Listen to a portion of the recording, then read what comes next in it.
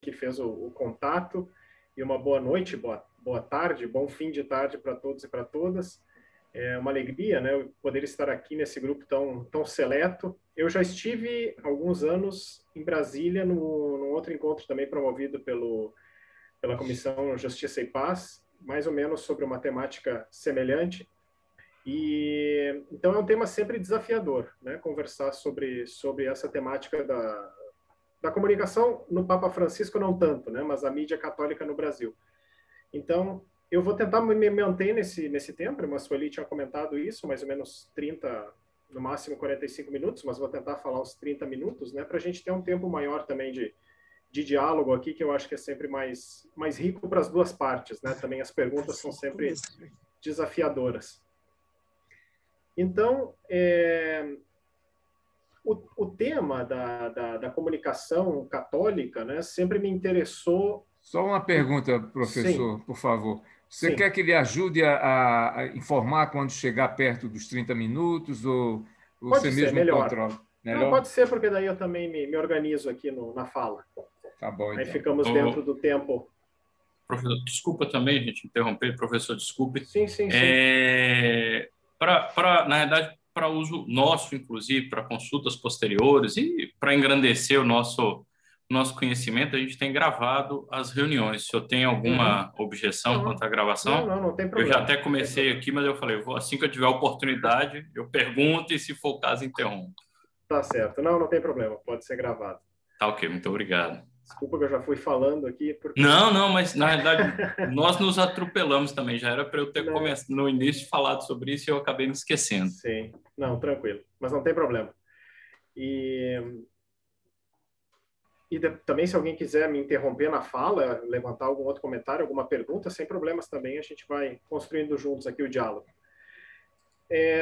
Então, falar sobre essa temática da comunicação na perspectiva do Papa Francisco, eu vou tentar dividir aqui a minha fala nesses dois grandes tópicos. Primeiro, a comunicação do Papa, e depois, como o Papa entende a comunicação, e depois, especificamente, a mídia católica no Brasil.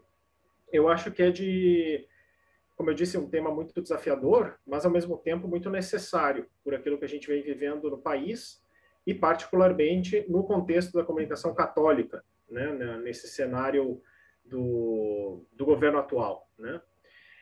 Mas eu queria começar, antes de entrar já nas temáticas específicas, dar um pouco o panorama desse contexto da comunicação de hoje, que eu acho que tem dois fenômenos que já vêm sendo estudados há mais tempo, né? Mas que desafiam não só a comunicação católica, a comunicação em geral, que, por um lado, é aquilo que vem sendo chamado de desordem informacional, desordem da informação, que é um pouco esse contexto que a gente costuma chamar como fake news, mas a fake news, digamos, seria um fenômeno, e até o próprio conceito de fake news, né, notícias falsas, é muito debatido, muito discutido, mas, enfim, é todo esse cenário em que se misturam duas coisas muito preocupantes, que, por um lado, é a falsidade, é a mentira, que ganha, então, uma disseminação gigantesca, exponencial, por causa das redes, né?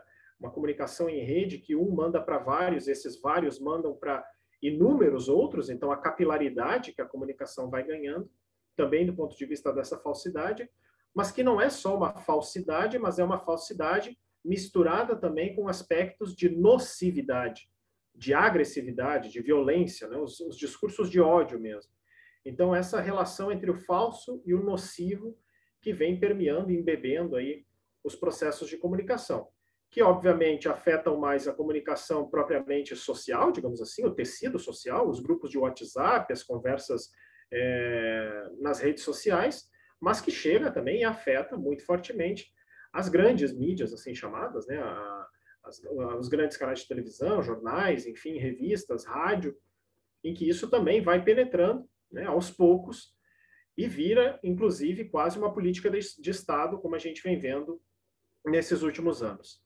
E o segundo fenômeno, que é muito, muito grave também, porque a gente está vivendo na pele, literalmente na pele, em vidas humanas, que é aquilo que a própria Organização Mundial da Saúde vem chamando de infodemia. Assim como a gente tem a pandemia do coronavírus, da Covid-19, a própria OMS cunhou esse termo, enfim, ou pelo menos popularizou esse termo da infodemia.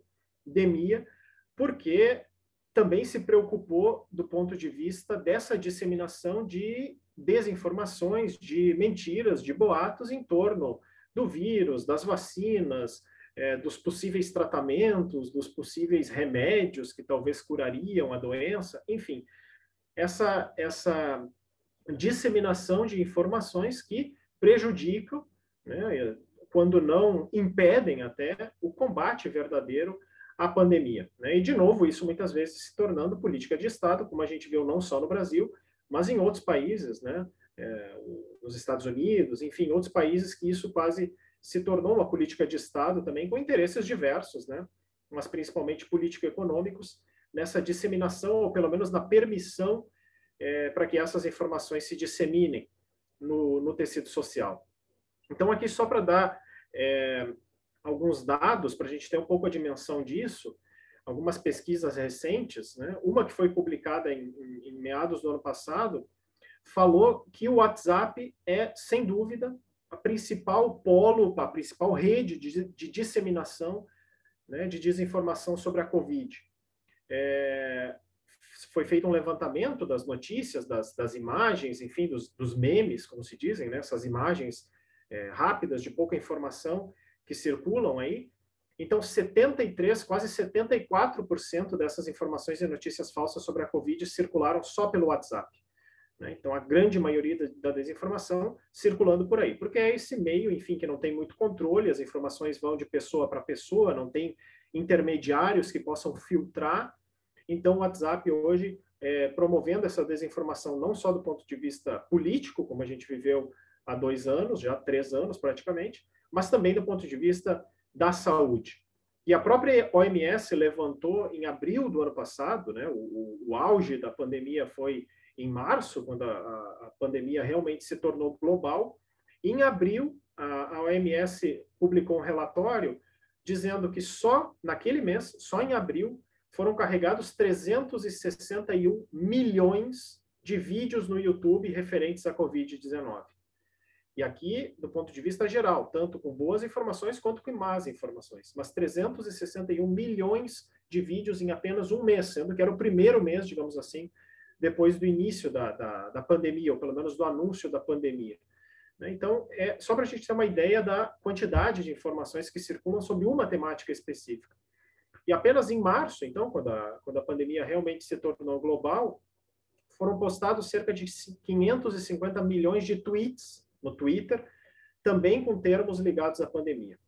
Então, quer dizer, a gente está num contexto de comunicação e de informação em que circula muita coisa. Nós somos bombardeados, sobrecarregados de informação do amanhecer ao pôr do sol, né? E também o ritmo de vida hoje, a própria pandemia, nos leva a consumir informação, porque, enfim, muitas vezes o trabalho está sendo feito de casa, a gente não tem outras fontes de lazer, outras fontes de entretenimento, e acabamos ficando muito tempo também no celular. Né? Acordamos, já estamos no celular, não fechamos o olho antes de dormir sem dar uma última olhada no celular, então a gente passa praticamente todas as horas de tempo útil do dia consumindo muita informação. Né? Então esse é um cenário que eu acho que precisa ser levado em conta também para falar do ponto de vista da comunicação católica, propriamente dita.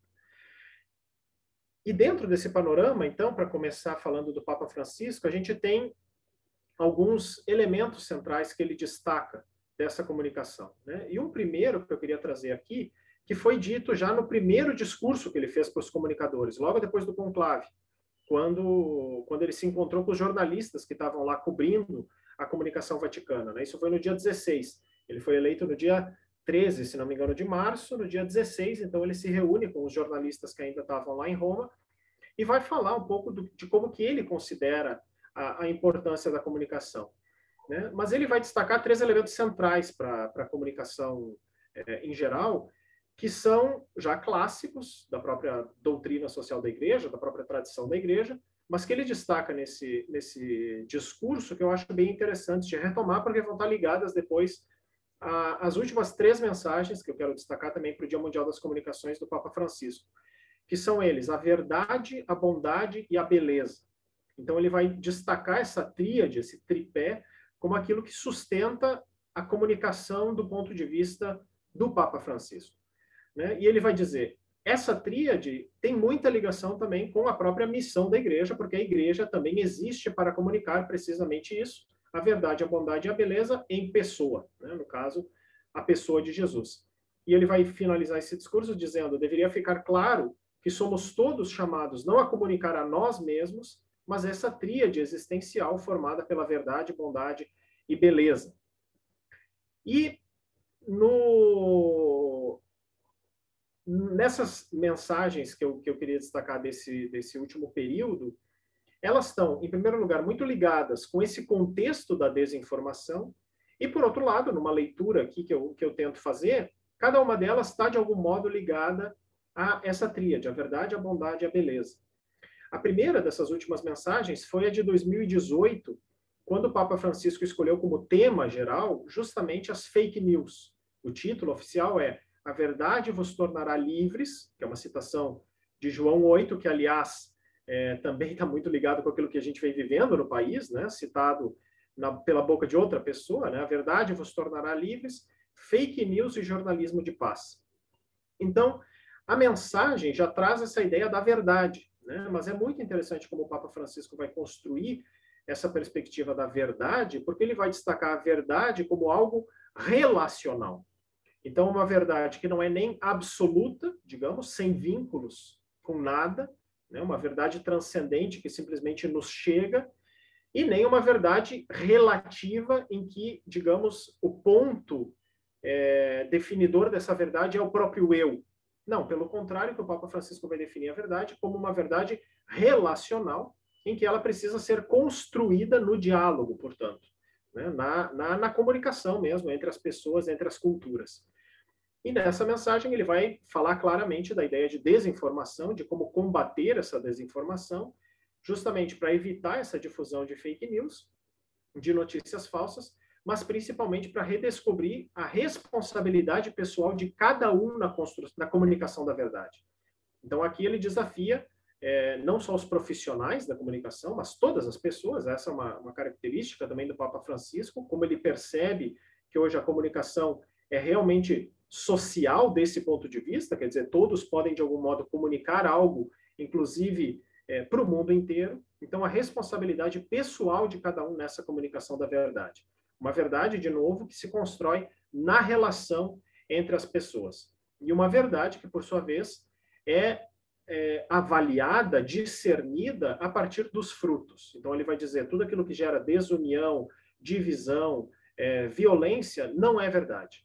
Mesmo que seja construído esse discurso da forma mais correta, mais jornalisticamente aprimorada, se essa comunicação é feita para descredibilizar alguém, difamar alguém, essa comunicação, mesmo tendo sido feita seguindo os mais altos parâmetros, não é uma comunicação verdadeira por causa desses frutos ou pelo fim que está buscando, que é então a divisão. Uma outra mensagem que diz muito sobre a comunicação do Papa Francisco é a do ano passado, que apresenta, digamos assim, a ideia mais de beleza, eu diria, que o título é Para que possas contar e fixar na memória, a vida se faz história. É uma citação do Êxodo, para que possas contar e fixar na memória, a vida se faz história. E aqui o Papa Francisco trabalha muito a ideia das narrativas, né? Essa comunicação hoje que é pautada por narrativas, então todos têm as suas narrativas, mas ele vai comunicar aqui e descrever como que tem que ser a narrativa, digamos assim, do ponto de vista da boa comunicação, como o Papa Francisco propõe, né? Então aqui o conceito-chave que ele critica é a ideia de má informação, né? Desculpa, eu falei beleza, mas aqui ele está trabalhando a ideia na tríade, né, de bondade. Então, justamente para ir contra a má informação é necessário um nível de bondade na comunicação, né? Então aqui ele vai falar das fofocas, das intrigas, de novo da violência, os discursos de ódio, as histórias pautadas também pela violência, pela provocação, seja ela social, política. Então, quer dizer, todas essas más narrativas e como que a igreja, pelo menos, pensa e propõe as boas narrativas, né? Então, aqui ele vai trazer a pessoa de Jesus e a Bíblia como, as Escrituras, como a narrativa das narrativas, né? e a pessoa de Jesus também como o narrador por excelência. Alguém que, a partir das parábolas, mas principalmente da sua própria vida, narra a própria pessoa de Deus, né? Então, ele vai dizer isso, quer dizer, nessa confusão de vozes que a gente vive hoje, por causa dessa má informação, o desafio, a necessidade é de termos uma narração humana, uma narrativa pautada por valores humanos, né? Que fale de nós mesmos e da beleza que nos habita, vai dizer o Papa Francisco. Então, essa ideia de como narrar, como contar histórias que sejam pautadas, então, pela bondade e pela verdade também. E a mensagem deste ano, de 2021, que também é muito profunda, muito bonita, que é o título Vem e Verás, que é dos evangelhos, né? Jesus que diz, vinde e vede, né? Vem e verás, comunicar encontrando as pessoas onde estão e como são. E aqui eu diria que o aspecto-chave daquela tríade é justamente a ideia de beleza, né? Uma comunicação que seja feita a partir da realidade, da concretude da vida, né? Encontrando as pessoas onde estão e como são. E aqui ele vai dizer que o método de toda a comunicação autêntica, toda a comunicação humana e autêntica é essa de Jesus, ir e ver. O jornalista, o comunicador por excelência é esse que vai e vê a realidade como ela é, né? As pessoas como elas são. Então, uma comunicação que também se faz em movimento, uma comunicação que vai, que sai, digamos assim, das redações, que não é feita só pelo telefone ou pelo celular ou pelo computador, mas vai lá tomar contato com a realidade humana, com as pessoas humanas, na sua concretude, na sua realidade, ouvindo as pessoas, né? Se deixando tocar por essa realidade, portanto, que, vai dizer o Papa, sempre nos surpreende.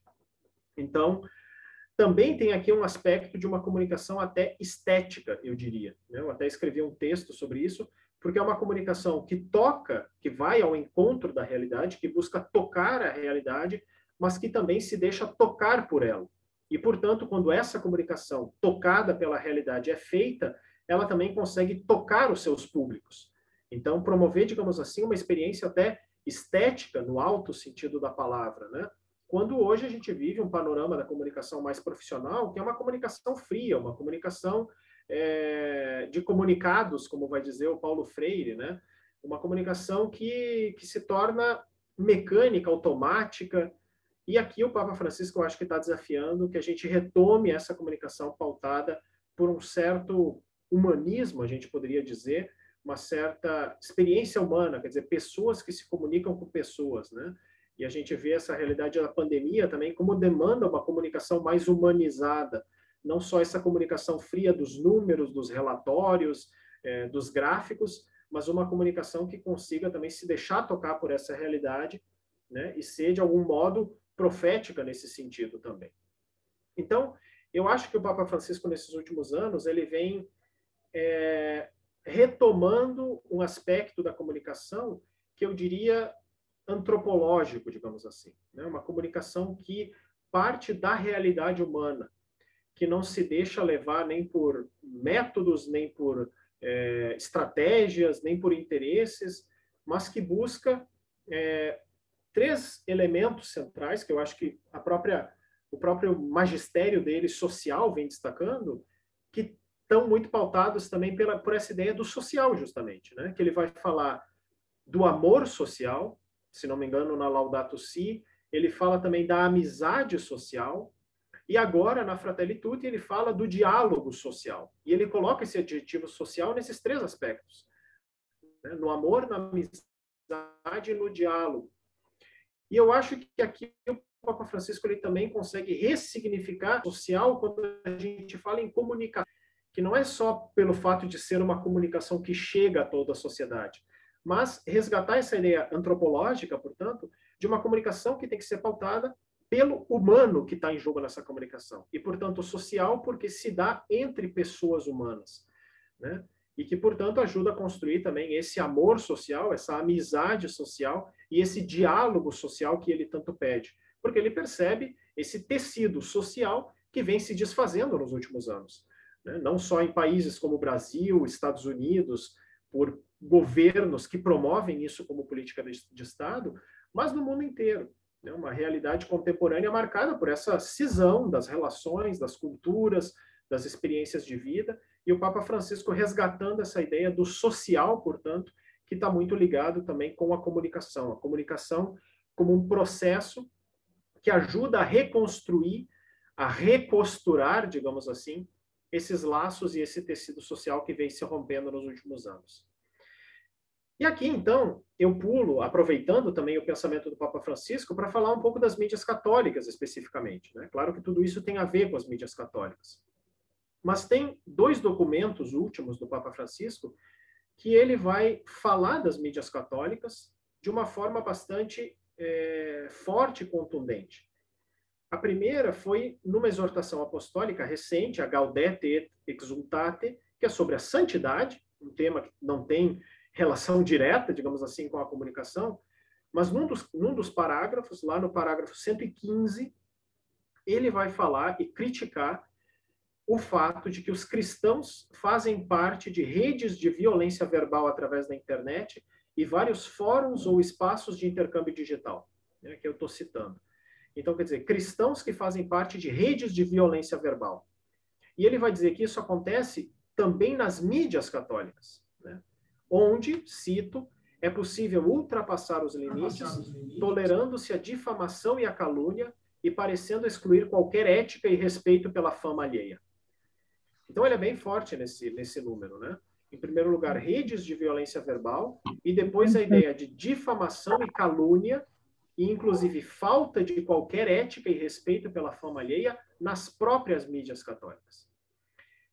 E agora, na Fratelli Tutti, ele retoma esse parágrafo, esse mesmo parágrafo da Gaudete et Exsultate, e vai dizer assim: deve-se reconhecer que os fanatismos que induzem a destruir os outros são protagonizados também por pessoas religiosas, sem excluir os cristãos. Então, fanatismos que induzem a destruir os outros. É uma encíclica que fala justamente sobre a fraternidade, né, o diálogo social. Então, ele vai dizer fanatismos que podem destruir os outros, que são também protagonizados por pessoas religiosas, sem excluir os cristãos. Isso está lá no número 46. E aqui ele retoma, então, esse pensamento das mídias católicas, da difamação, da calúnia, da falta de ética, e vai finalizar. Agindo assim, qual contribuição se dá para a fraternidade que o Pai Comum nos propõe? Então, é uma pergunta bastante forte, né? Quer dizer, se nas próprias mídias católicas se promove isso, como é que a gente pode pensar em construir uma fraternidade que o Pai Comum nos propõe? Então, a gente percebe que é um cenário mundial, né? Esse desvio, esse contratestemunho das próprias mídias católicas. Mas a gente percebe isso muito fortemente também aqui no Brasil, né? Claro, fazendo as suas devidas distinções. A gente sabe que falar também de mídias católicas é falar no Brasil, é falar de um universo bastante complexo. Só de TVs católicas, a gente tem mais de uma dezena. Rádios católicas são milhares espalhadas por todo o país, pelos mais diversos rincões. Publicações impressas também são centenas, embora muitas delas, as mais tradicionais, por questões econômicas, vêm sendo encerradas ou vêm se transformando em sites. E o ambiente digital, então, que é também um universo de universos, de publicações, páginas, sites, blogs, indivíduos que estão ali produzindo conteúdo assim chamado de católico. Eu destacaria, para fazer uma leitura inicialmente mais crítica, né, dentro desse panorama que o Papa Francisco nos propõe, algumas doenças, eu diria, né, também usando aqui uma imagem que o Papa Francisco já usou para falar da Cúria Romana, eu destacaria aqui algumas doenças também das próprias mídias católicas aqui no Brasil, né? Isso até aparece nesse livro que o João de Deus comentou, esse Comunicar a Fé da Vozes, e eu acho que são doenças difíceis, né, de serem curadas, porque estão presentes em várias mídias, mas principalmente nas TVs católicas, que têm esse alcance também massivo. As primeiras delas, eu destacaria, são o superficialismo e o barateamento. Superficialismo porque a gente sabe que para falar com um grande público, a gente precisa falar com o público médio, né? Uma linguagem média que possa ser alcançada tanto por aqueles que têm um domínio maior das temáticas, quanto aqueles que não têm domínio nenhum. Mas o problema é quando toda a linguagem acaba sendo superficial sobre tudo. E eu acho que os canais católicos, seja do ponto de vista da realidade social, política, econômica, mas também sobre a realidade da própria igreja, do pensamento católico, da fé cristã, elas também sofrem desse superficialismo, né? E, por outro lado, um barateamento. Acaba se optando por falar daquilo que é mais barato, digamos assim, da fé católica, que são, muitas vezes, os penduricalhos da fé, como se costuma dizer, né? Se esquece, por exemplo, de falar daquilo que é mais importante, seja do ponto de vista da conjuntura católica, daquilo que o Papa Francisco nos desafia a pensar e a agir, né? Seja do ponto de vista do debate social. Quer dizer, como que a igreja pode ler a realidade? E acaba se optando, muitas vezes, por aspectos secundários, moralistas, né, de um certo moralismo, de um certo até puritanismo para falar das questões sociais, das questões públicas, e essa ideia de um superficialismo, né? Então, eu acho que essa é um problema muito grave das mídias católicas, principalmente aqui no país. Duas outras doenças que estão interligadas, eu diria que são o proselitismo e o sectarismo, né? E aqui diretamente ligadas com o discurso religioso desses canais. Proselitismo, porque basta acessar alguns canais, em geral, praticamente a grade inteira de programação é sobre religião, é sobre a fé, é sobre aspectos da religiosidade católica. Mas isso acaba sendo mero proselitismo. Das 6 da manhã à meia-noite, tudo sobre religião. Padres falando sobre religião, sobre doutrina, sobre o catecismo, sobre Maria, sobre... E isso acaba indo contra aquilo que a própria Constituição brasileira pede dos meios de comunicação, né? A diversidade, a diversificação também de conteúdos. Então, se acaba indo contra aquilo que a própria legislação pede dos meios de comunicação social no país. Só que, além desse proselitismo, que já é preocupante, a gente tem ainda um sectarismo, porque se fala numa linguagem que é entendida apenas pelos católicos e muitas vezes apenas pelos católicos desse nicho específico que o canal está falando. Um catoliquês, mas um catoliquês ainda mais estreito, porque fala dentro só do linguajar, das gírias, desse grupo, dessa associação que coordena, então, esses canais ou essas mídias, né? Quer dizer, se fala sempre o mesmo para os mesmos. Então, isso também acaba levando para aquelas primeiras doenças, que é uma certa superficialidade e um barateamento da fé, né? Acaba se deixando muita coisa mais importante de lado. Então, essa comunicação 100% religiosa acaba afastando pessoas que talvez estão buscando ainda uma informação diferenciada, né? Mas quando vem apenas religião na programação, acabam se afastando. Quer dizer, se vai contra até essa perspectiva de um diálogo fé e cultura que a própria igreja pede, né? Não só para os seus meios de comunicação, mas principalmente para os seus meios de comunicação, como dialogar com a cultura, né? Quando se fala só para dentro, se coloca um grande muro aí nessa possibilidade de diálogo com a cultura. E dentro ainda desse sectarismo, eu destacaria outras duas, então, doenças para fechar, que são o clericalismo e o exibicionismo, né? Indo mais no interior desse funil aí, esse clericalismo, porque além de ser uma programação 100% religiosa, as figuras, os personagens, os mediadores dessa comunicação, em geral, são padres ou bispos, né? E muitas vezes padres ou bispos que se deixam levar por um certo exibicionismo, né? Acabam se deixando levar por essa perspectiva da celebridade, se tornam celebridades e assumem isso publicamente sem receio, sem nenhum tipo de rubor na face, né? Então, de novo, isso gera esse barateamento e esse superficialismo também, superficialidade da experiência cristã, da experiência católica.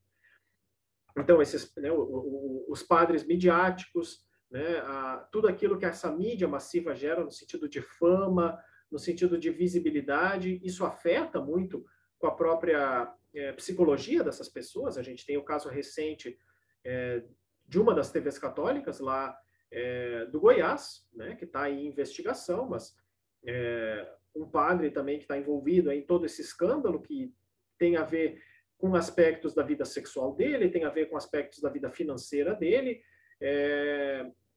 e, ao mesmo tempo, a fé das pessoas que acompanham esse canal. Então, um escândalo gigantesco, muitas vezes também promovido por causa desse clericalismo que gera essa aura sagrada em torno da figura do padre, gerando um certo fanatismo, uma certa até idolatria, se não veneração, pelo menos, dessa figura, que se autossantifica nos seus discursos, na sua forma de aparecer na tela, na forma como conduz a programação, inclusive, do próprio canal, né? E a gente tem vários outros desses sujeitos espalhados pelo país inteiro, né? Então, acaba se indo contra a própria ideia de uma comunicação católica, quer dizer, universal, né? Mas é uma comunicação muito estreita, focada num certo nicho, digamos assim, religioso, falando um linguajar que é específico desse nicho. Então, se perde essa perspectiva da universalidade da comunicação católica, né? Quer dizer, já não se comunica mais com o mundo, é uma comunicação muitas vezes fechada para determinados âmbitos do mundo, né? Se comunica como o mundo, quer dizer, indo contra aquilo que o próprio Jesus pediu, né? Vocês estão no mundo, mas não podem ser do mundo. E a comunicação católica muitas vezes se comunica como o mundo, né? Não se comunica com o mundo em geral, mas se comunica como o mundo, quer dizer, usando as mesmas estratégias, a mesma linguagem, o mesmo tipo de grade de comunicação dos grandes canais. Por um aspecto, a gente pode dizer, bom, eles estão buscando uma certa profissionalidade, estão buscando bons exemplos, mas o problema é quando o canal católico simplesmente faz a mesma coisa que os outros, colocando uma imagem de Maria no fundo, né? Então, bom, para que ter um canal católico se é para fazer o mesmo que os outros fazem, na mesma linguagem, nas mesmas temáticas, na mesma forma de cobrir a política, na mesma forma de cobrir as questões sociais, com as mesmas ideologias, né? Não se deixando embeber pela doutrina social da Igreja, não se deixando embeber pelo magistério do Papa Francisco, resgatando coisas do passado. Quer dizer, para que adianta, então, uma comunicação católica assim, né? Uma comunicação que muitas vezes não comunica uma boa nova, mas comunica, pelo contrário, o mesmo tipo de comunicação pautado pela violência, por um certo sensacionalismo, né? E não comunica novidade, inclusive sobre a própria Igreja, mas se pauta por uma tradição, entre aspas, do ponto de vista ritual, do ponto de vista litúrgico, do ponto de vista, inclusive, de leitura do mundo.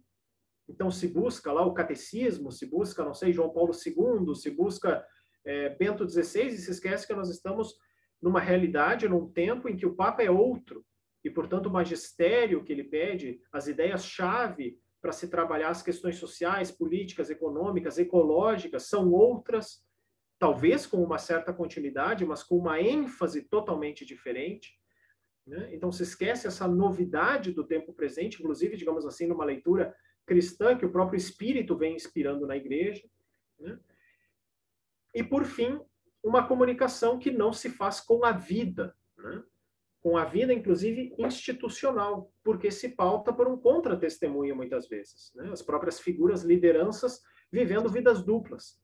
Então, seja do ponto de vista das pessoas, seja do ponto de vista das instituições que estão por trás dessas mídias católicas, o que se percebe muitas vezes é um contra-testemunho, né? Uma incoerência em que se fala muitas vezes dos valores cristãos, mas o que tem por trás são escândalos econômicos, escândalos pessoais, né? Essa incoerência justamente de vida pessoal, mas também institucional do ponto de vista das instituições, né, que administram esses canais. Então, enfim, aqui eu estou só trazendo algumas ideias, né, para o nosso diálogo, alguns aspectos que eu acho centrais para pensar essa mídia católica. 30 minutos. Fechou, né? Bom, eu vou só pedir mais 2 minutinhos, porque eu queria destacar ainda... À vontade. Tá bom. Eu queria destacar ainda o esforço que a Igreja, pelo menos, vem fazendo do nível da CNBB, vem fazendo para trabalhar todas essas questões, né? Por um lado, essa dispersão das mídias católicas, que é o contrário de diversidade. A diversidade é boa, a gente sabe que a gente vive num país continental, mesmo que a gente possa questionar, será que mesmo com essa esse tamanho do país, são necessários realmente mais de 10 canais católicos de alcance nacional? É uma pergunta. Mas, bom, a gente pode dizer, vivemos num país com muitas diversidades, inclusive culturais, de experiência católica, então é bom também que as linguagens das mídias sejam diversificadas, mas o risco que nós estamos vivendo é o da dispersão. Então, cada canal, cada mídia fala o seu catolicismo próprio, pensado a partir dos seus fundadores, dos seus criadores, e se esquecem dessa unidade que é preciso ter a partir do magistério pontifício, a partir da colegialidade dos bispos no Brasil quando falam como CNBB. Então, essa unidade acaba se perdendo e o que se tem muitas vezes é um catolicismo sectário, como eu dizia, né? Então, as questões políticas, as questões sociais e as próprias questões intra-eclesiais vão se deixando levar pela voz de um fundador, pela voz de uma liderança religiosa, e se esquece que nós temos um Papa, nós temos um colégio de bispos que falam também como colégio via CNBB, e a gente acaba tendo doutrinas paralelas que vão circulando no tecido social. E a gente vê isso, por exemplo, agora em toda essa campanha aí de difamação e de calúnia, nesse esforço, por exemplo, da campanha da Fraternidade Ecumênica, em tudo aquilo que está em jogo também, no sentido do posicionamento ainda questionável, mas muitas vezes forte e público da CNBB em relação ao governo atual, né? E a gente tem, então, essas doutrinas paralelas, né? Mas no ano retrasado, 2019, foi publicado um pequeno documento, um documento de estudo ainda, né? Um documento verde, como se costuma dizer, da CNBB, que se chama Orientações Pastorais para as Mídias Católicas. Imprensa, rádio, TV e novas mídias. Então, quem se interessa pode depois procurar esse documento. E agora, também, especificamente, foi citado o Dom Moll. Ele tem feito um esforço muito grande para tentar trazer de volta essa unidade na diversidade. Ele tem feito reuniões, por exemplo, com esses padres cantores, os padres midiáticos. Depois daquela reunião que foi feita de alguns meios de comunicação com o Bolsonaro, em que estavam presentes também lideranças, assim chamadas católicas, de alguns canais católicos, Dom Moll, mas a Comissão também Episcopal Pastoral para a Comunicação publicou uma nota muito dura, né, trazendo de volta esses canais católicos para aquilo que é essencial na comunicação católica. Então, também essa Comissão Episcopal vem fazendo esse esforço de chamar a atenção para as mídias católicas daquilo que é essencial para a comunicação católica. Mas nesse documento específico se fala justamente sobre esse risco das visões particulares, né, de um determinado movimento, de um grupo, de uma associação de fiéis, que pode gerar uma crescente privatização da experiência religiosa, vai dizer o documento, de fundamentalismos, devocionalismos, manipulação do sagrado.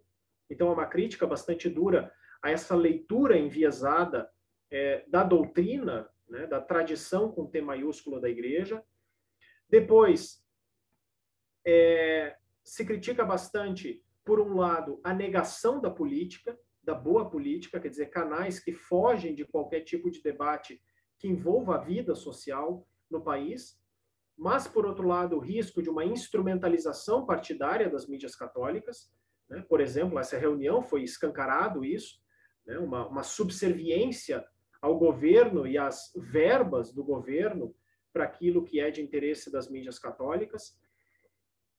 Então, é um pequeno documento, mas que trazem luzes muito interessantes. Depois, uma crítica muito forte aos bispos, padres e religiosos, chamando a atenção para o fato de que eles são pessoas públicas e, portanto, não representam apenas a si mesmos, mas a toda a igreja, vai dizer o documento. Então, quer dizer, o cuidado com a imagem pessoal, porque essa imagem pessoal não é só do indivíduo, mas fala muito da própria instituição, quando se torna pública. A gente tem aí os escândalos que vêm afetando também aqui o país, né? E depois, toda essa ideia, por exemplo, dos silêncios da mídia católica.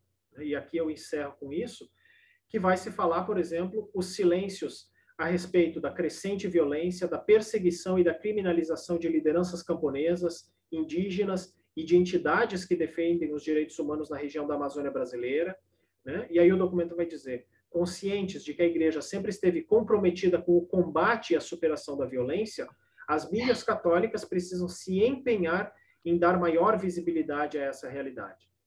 A gente sabe que tem movimentos nesse sentido, mas pelo menos a grande mídia católica ainda é muito temerosa de lidar com essas questões. Não é profética o suficiente de acordo com aquilo que os próprios tempos demandam. É uma comunicação muito ainda de sacristia, né? Uma comunicação ainda muito pautada por uma certa ideia de religiosidade que se esquece do evangelho, né? E daquilo que o próprio Jesus nos pede do ponto de vista da construção do reino, né? Da transformação das estruturas injustas, das estruturas de pecado, das estruturas que vão contra a própria vida humana. Então, acho que, de modo geral, seria isso. Teria muito mais outras questões, já extrapolei aqui demais o tempo, então vou finalizando por aqui para também a gente abrir para o nosso diálogo. Muito obrigado, professor Moisés. Excelentes. Aproveito aí esse intervalo entre a sua fala e as perguntas para registrar aqui a presença do Kleber e do Frei Zeca, que chegaram depois da gente ter iniciado. E também eu gostaria de saber, tem uma entrada aqui de uma pessoa identificada apenas com iPhone. E a gente gostaria de pedir para que se identificasse, porque hoje a gente precisa tomar alguns cuidados. Não é o Glauco? Não, iPhone, eu estou aqui. Ó. Não é o Glauco. É uma janelinha aqui só com iPhone. O Glauco está bem identificado aqui, mas está sem som e sem imagem. Então, a gente não vê, e a gente tem aqui algumas reuniões em outros grupos têm sido atacados, por isso nosso cuidado para saber quem é que está participando. Mas, enfim, espero que talvez não esteja próximo, né? Entrou e saiu, se afastou, não esteja nos ouvindo. Eu pedi aqui para iniciar o vídeo, para iniciar o áudio. É o Lúcio. Ah, é o Lúcio. Ah, ok. Lúcio, é você, Lúcio? Pronto. Então, ótimo. Então, estamos em casa, novamente. Está desligado o seu microfone, Lúcio, nós não ouvimos. Ah, é o Luiz Ernesto. Aqui. Ah, sim. Então, olha, eu não me lembro se a minha identificação hoje está como iPhone só. Mas normalmente eu vejo como o iPhone do Lúcio, mas hoje só estava iPhone. Legal. Então, tá bom, obrigado. Obrigado, tem Lúcio. uma pessoa que não é o Lúcio. Tá? Não, eu já identifiquei que é o Luiz Ernesto. Ele abriu o microfone aqui, eu já vi aqui. Estou até renomeando ele aqui.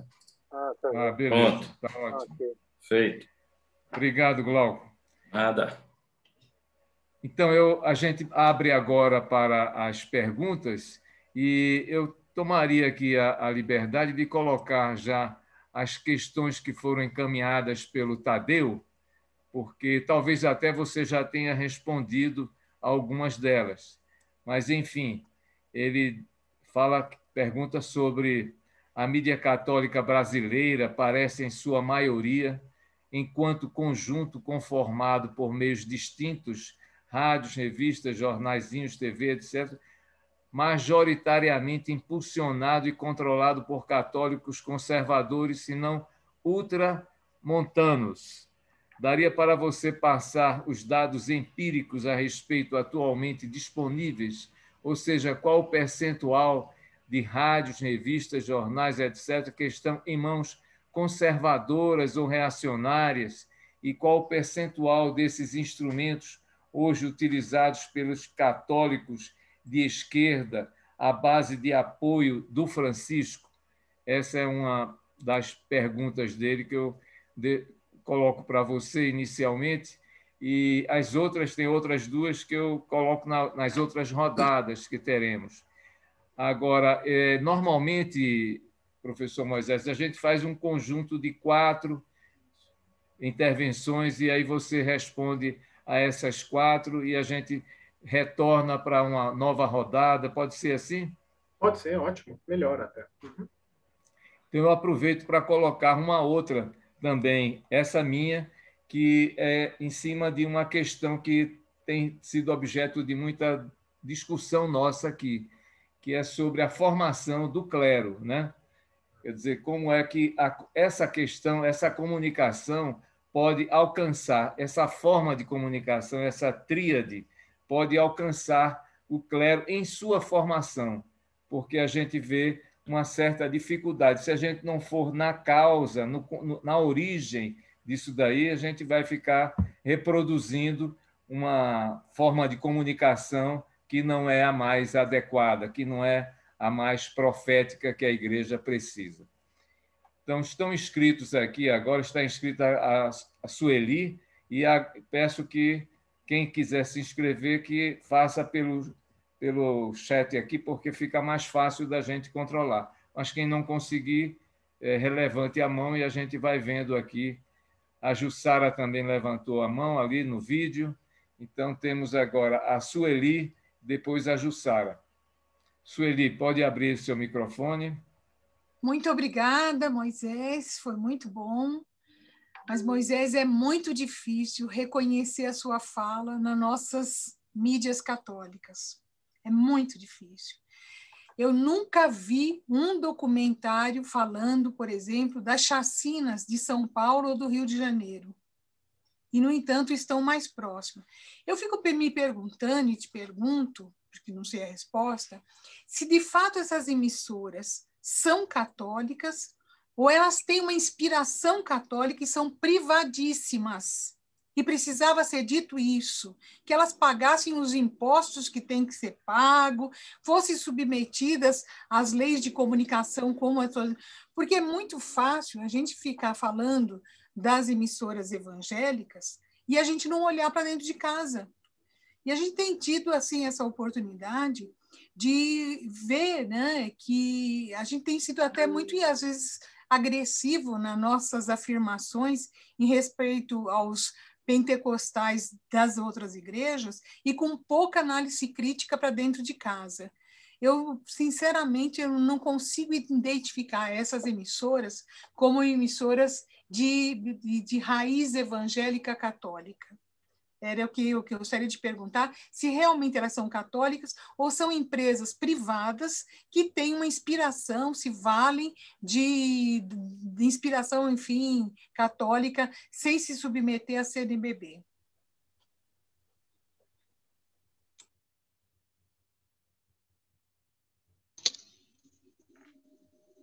João, seu microfone está desligado. Desculpa. Jussara, com a palavra. Pode abrir seu microfone. Boa noite, companheirada aí do Observatório. Faz tempo que eu não participo muito. Muito bom ouvi-lo, professor Moisés. E muito interessante também, porque eu sou uma pessoa que estou assim, muito dentro de casa, porque tenho uma mãe aqui de 95 anos que a gente tem que ficar cuidando, né? E essa história da doença. E a gente acaba vendo muita televisão e a gente procura as nossas imprensa para poder ter uma resposta e a gente acaba caindo no lugar comum de Globo, Bandeirante, porque realmente a nossa imprensa não traz notícia. Aí eu te pergunto, até que ponto será que isso também não prejudica uma coisa que eu sempre admirei muito na Igreja Católica? Eu costumo dizer que eu sou uma católica cultural, né? Minha família é toda católica, nascida e criada nessa religião.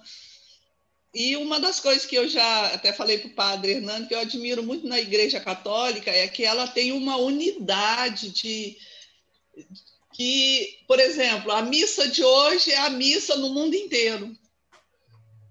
E, de repente, você vê que as coisas começam pela imprensa, né, da imprensa católica, a ter uma outra visão, cada um falando de uma coisa diferente. Padres que fizeram campanhas para um presidente que tinha como símbolo a arma.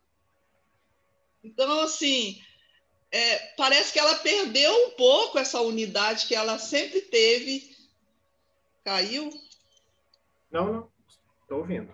Parece que ela perdeu um pouco essa unidade que ela sempre teve que é de ter uma mesma, vamos dizer, uma Jussara, mesma mais um minuto. Uma mesma informação, uma mesma lógica, o mesmo rumo.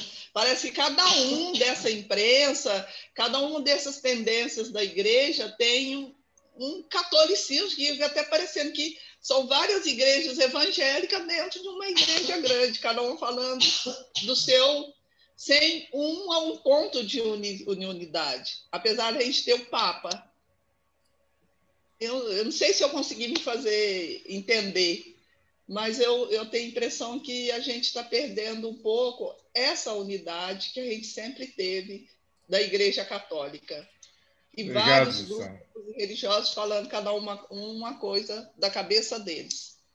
3 minutos. Eu vou interromper aqui só um segundinho, vou compartilhar uma tela só para descompartilhar a tela aqui. Eu acho que o Salomão compartilhou sem querer, tá, gente? Só um segundo que eu derrubo ele e tiro o meu compartilhamento logo em seguida. Pronto. Feito. Agora, eu perdi aqui, foi o chat aqui, com esse seu modelo aqui. Escritos Thierry, Padre Thierry e Glauco, a tela não Socorro. voltou. A tela não voltou, só está de lado.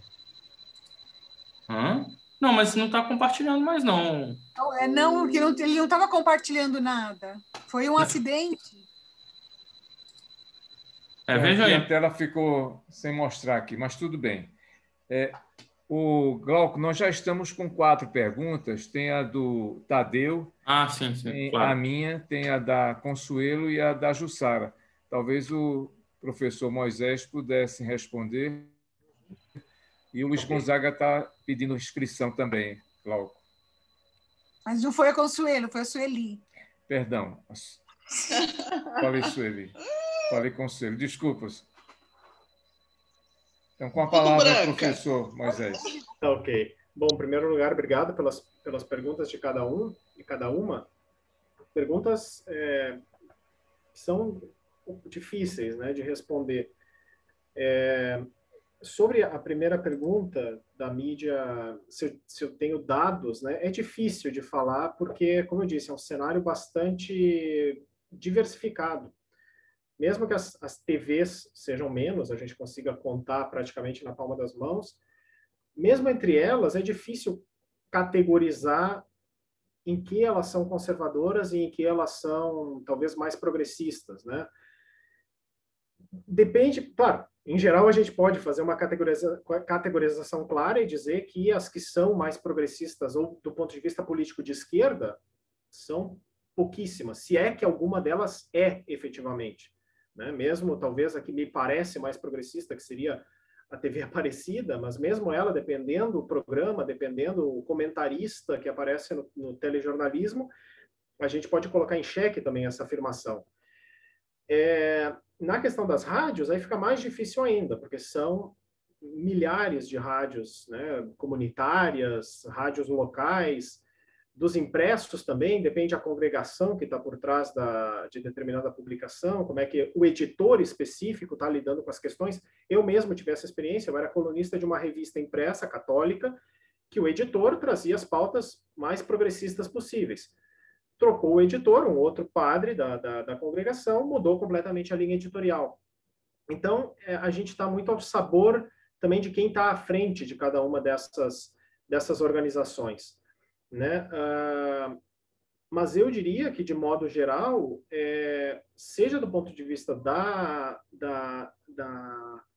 forma como a própria igreja é comunicada, seja do ponto de vista de como a vida social, política é comunicada, a gente tem, sim, uma comunicação bastante conservadora, né? Bastante de centro-direita.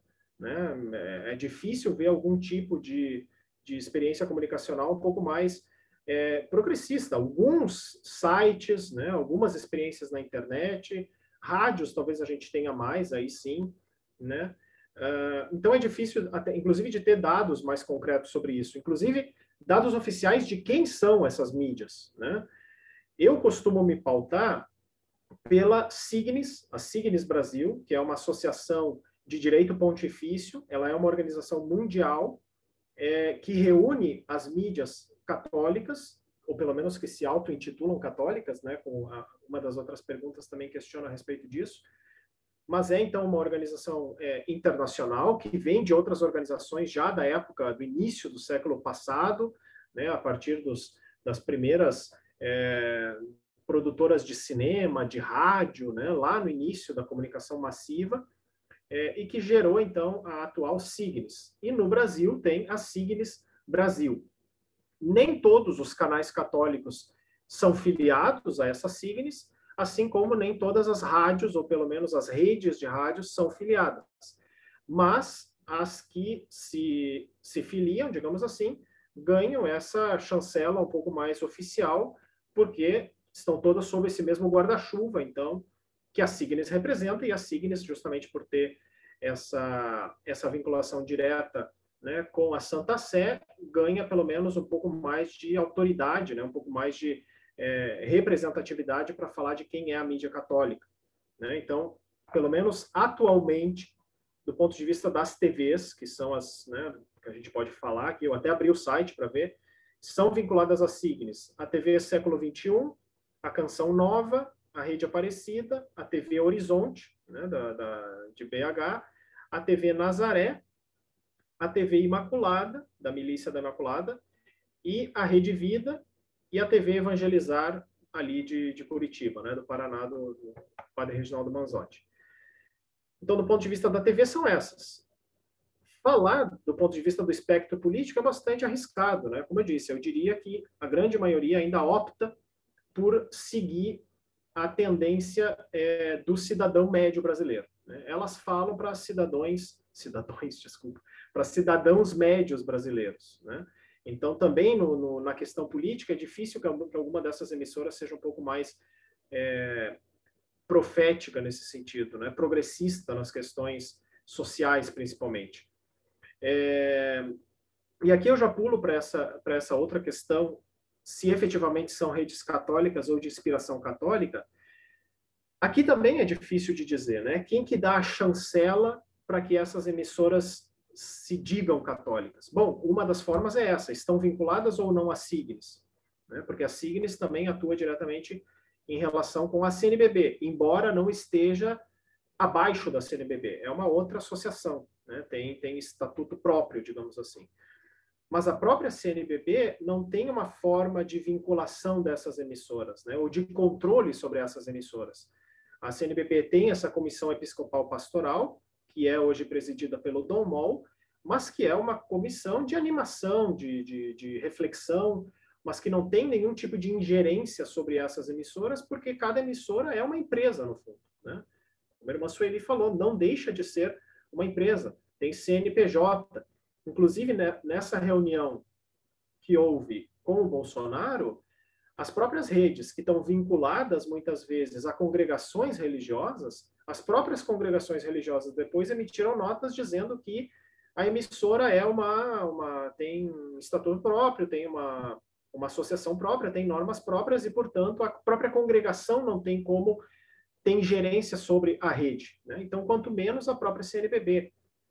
Então, é uma realidade bastante complexa, inclusive de como lidar com isso, né? A gente já pode até dizer, bom, mas do ponto de vista formal, são apenas de inspiração católica. E eu concordaria, né? A questão é que a identidade, digamos assim, dessas emissoras é construída pela própria emissora, né? Então não adianta, pode vir o bispo fulano e dizer que essa emissora não é católica, mas todo o discurso que ela constrói sobre si mesma, um discurso público que chega a grandes massas da população, é pautado por esse termo católico, né? Então pode vir um bispo específico, pode vir a CNBB hoje, talvez emitir uma nota, que isso no corpo social, inclusive lá nos bancos das paróquias, talvez não surta nenhum efeito, né? Então é um cenário bastante complexo, como lidar com essas emissoras, né? Porque elas têm essa realidade própria, são autônomas, não obrigatoriamente não precisam responder para nenhuma outra instituição. Então, o que eu vejo do ponto de vista da CNBB é uma tentativa de buscar o diálogo, né? De buscar construir rede entre elas mesmas, para que haja o mínimo de unidade católica, do ponto de vista da forma como as notícias são comunicadas, que tipo de notícias são comunicadas, como falar da igreja hoje, a importância do papado de Francisco, do magistério de Francisco, mas é um esforço constante, né? Um esforço contínuo. E aqui, claro, um outro elemento são essas congregações religiosas, né? Como que elas podem também atuar mais diretamente com essas lideranças que, de um lado, que, querendo ou não, respondem também para essas congregações, né? Então, acho que aqui também tem questões internas, por exemplo, dos jesuítas, né? Já que o fundador da TV Século XXI é um jesuíta, dentro da Canção Nova, como movimento da igreja, entre os redentoristas, seja da Rede Aparecida, seja da Pai Eterno, a Milícia da Imaculada, como congregação religiosa, enfim, né? Como também essas questões podem ser lidadas dentro de casa, digamos assim, né? E que essas questões sejam também discutidas intercongregacionalmente, né? Que essas congregações possam ter outros espaços também para debater como essa comunicação católica precisa ser construída. Mas é um desafio, né? E, sem dúvida, outras emissoras, por exemplo, como a Rede Vida, são totalmente autônomas, não respondem nem à CNBB, nem a uma congregação religiosa específica.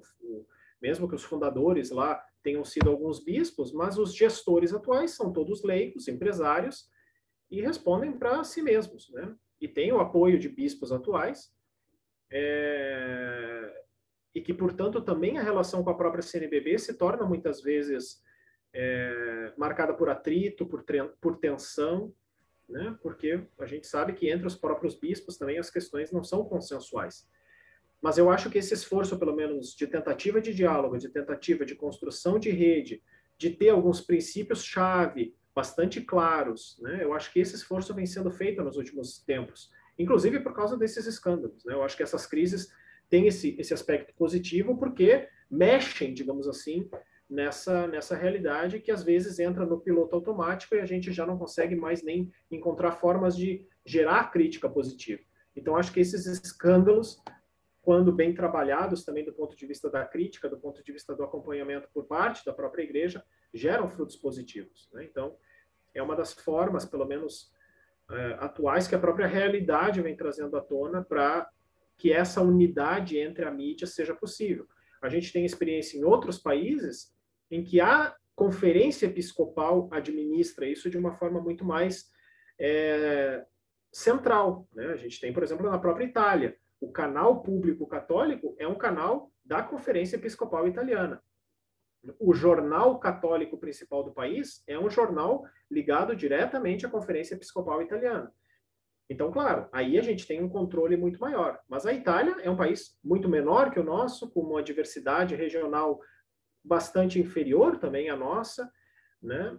E é uma tradição também da própria igreja bastante diferente da nossa, né? Mas eu acho que realmente a realidade atual vem demandando uma certa unidade nesse discurso, né? Uma certa fidelidade também ao magistério do Papa atual, do Papa Francisco.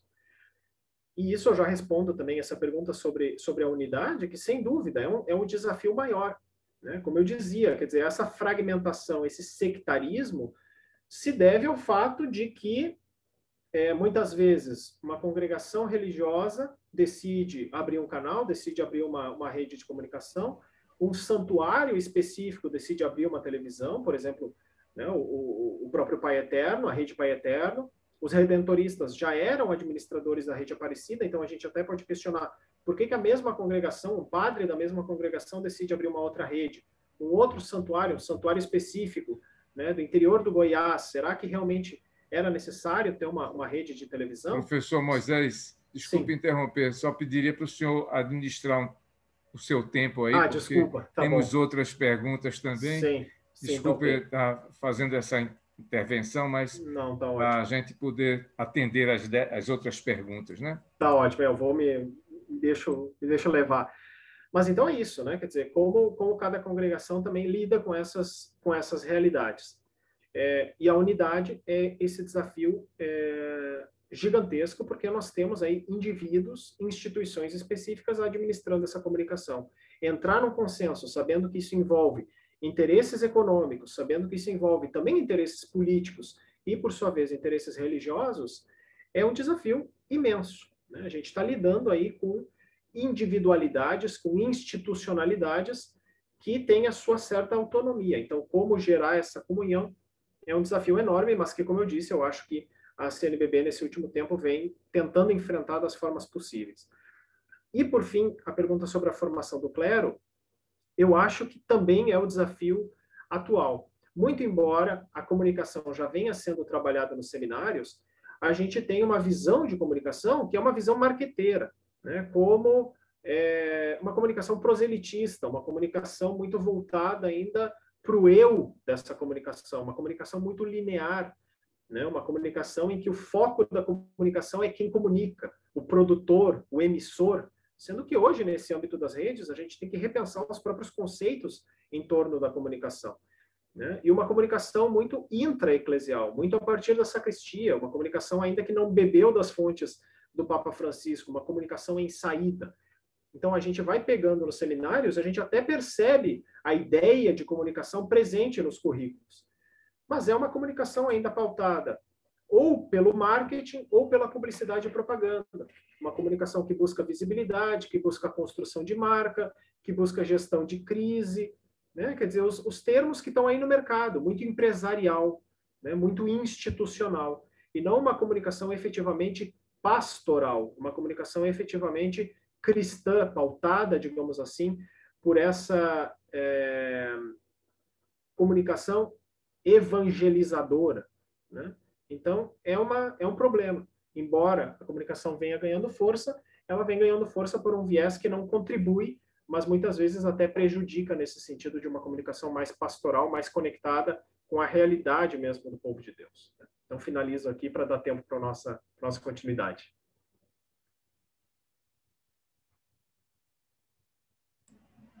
Professor, não sei se você registrou as perguntas da Sueli. A da Sueli era mais a questão de católica ou inspiração católica, não era? Desculpa. Das concessões, sim, está respondida. Está respondida, né? Então, vamos seguindo aqui. Temos Padre Thierry na lista aqui, na sequência. Muito bem, boa noite. Então, gostei muito das explanações aqui, mas realmente... não, antes de esquecer, qual é o documento que você citou, até que é bastante duro para nossas TVs católicas? É de Dom Molo e o da Comissão Episcopal? Você tem um documento, um momento, que não peguei bem. Sim, ele foi produzido pela Comissão Episcopal Pastoral. Ele foi publicado em 2019, então eu não saberia dizer se já era Dom Molo que começou. Se chama Orientações... tem um diretório, está falando do diretório. Não, tem o diretório também. O diretório foi em 2014. Isso. Isso, aí quem era na época era... Agora me fugiu o nome do bispo. Mas esse é um documento mesmo, de capa azul, né, número 99. Esse é o Diretório de Comunicação da Igreja no Brasil. Mas ele traz mais diretrizes gerais, assim, não entra nas questões pontuais. E esse outro é Orientações Pastorais para as Mídias Católicas, que é o de capa verde. Eu queria interferir aqui, só para dar uma informação. Esse documento, Orientações Pastorais, é de 2017. É na época do Dom Darcy José Nicole, que era é antes do Dom Mol. Dom Mol antes do Dom Mol, Dom Mol foi...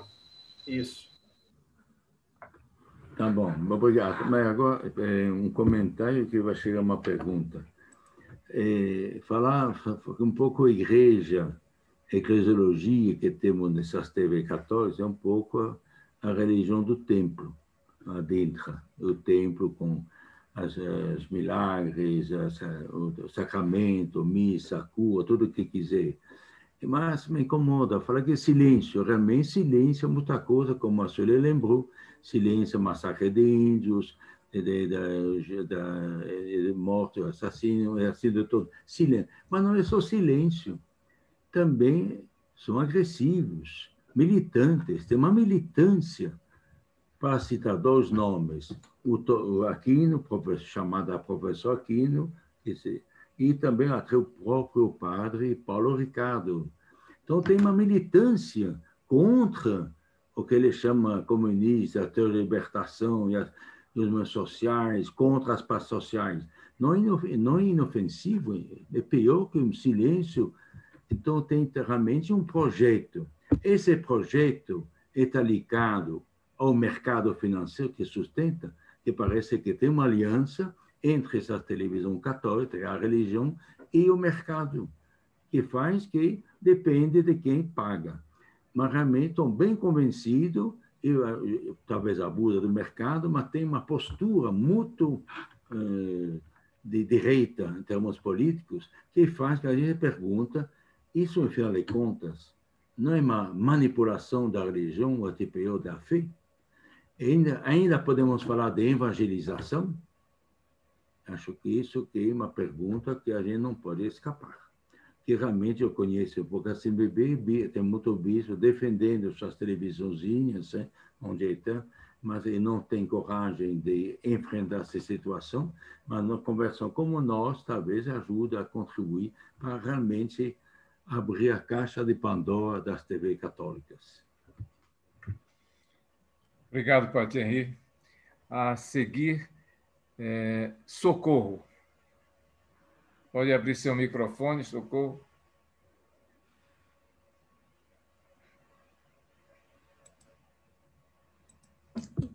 Bom, eu quero Deixa eu tirar minha mãozinha também.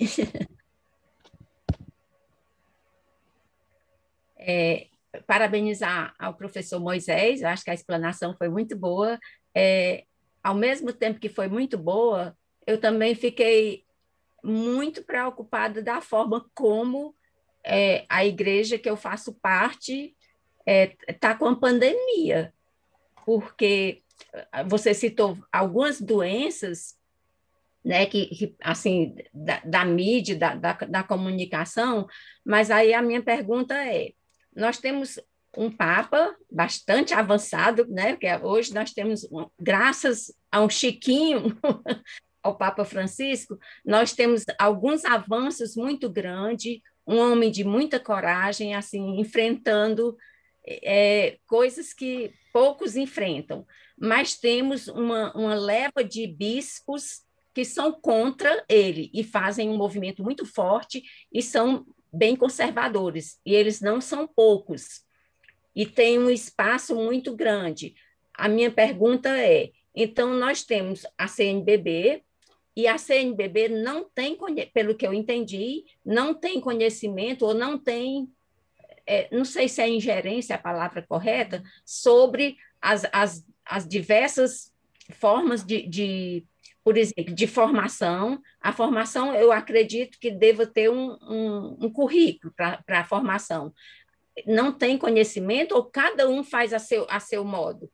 Foi assim, fiquei meio apavorada com a forma que cada um vai enfrentando, porque nós tivemos nessa reunião mesmo que foi com o Bolsonaro, aquele padre lá do Paraná, ele colocou ele se colocou à venda. Ele disse que tinha muitos fiéis e que eles faziam muita divulgação, então eles valiam muito. Então ele vendeu, e aí isso ele poderia fazer porque de outro, assim, ele tem uma rede, aí é liberado para ele fazer, assim, não teria uma punição, porque, por exemplo, eu acho que foi a ordem lá, a carta de Dom Mol foi muito forte, mas não teve nenhum resultado da parte dele publicamente. Socorro, então, eu fiquei muito preocupada com o exibicionismo dos padres ou bispos, que às vezes são mediadores e assumem muito essa postura de popstar. Então, seria mais ou menos isso, que se tem alguma precaução, algum trabalho já sendo feito para prevenir ou para amenizar isso tudo. Obrigado, Socorro. Na sequência aqui, Salomão. Salomão, pode abrir seu microfone. Salomão saiu. Não estou vendo aqui. Tá aí a Sônia e o Salomão. Vou tentar liberar aqui. Mas ele está... A imagem não está aparecendo, né? Ah, está aqui em cima. Está aqui em cima, tá. Porque tem duas entradas, eles. Abriu. Abriu, Salomão. Pode falar.